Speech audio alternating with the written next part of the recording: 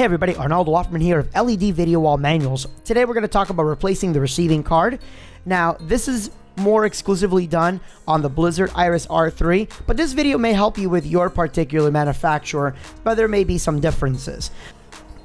First thing that we're going to want to do is have some sort of really soft surface. I use foam, I've used memory foam. Just put your panel on it. I'm putting it face down. Be very careful and do this at your own risk, of course.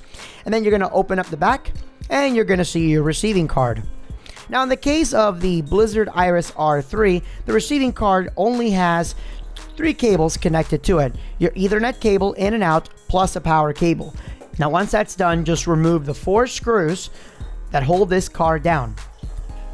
When the 4 screws are removed, very carefully pry it up. And you want to pry it up evenly across all sides.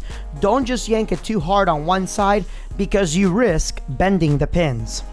And there it is. Card has been removed. Now, how do I know that this card was bad? Well, the LED wall did not pass the test at all.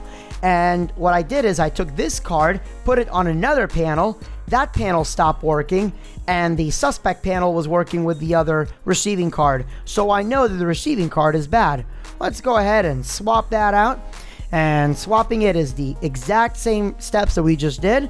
So we're going to very carefully align the card back on. The easiest way for me to do that is by looking at the 4 screw holes, making sure they go in perfectly with the screws. And I'm going to push gently. I don't want to force it in.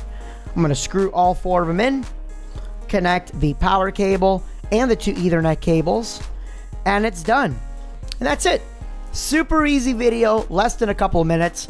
If you have any questions, comments, etc., please leave them in the comments below. Have a great night, and God bless.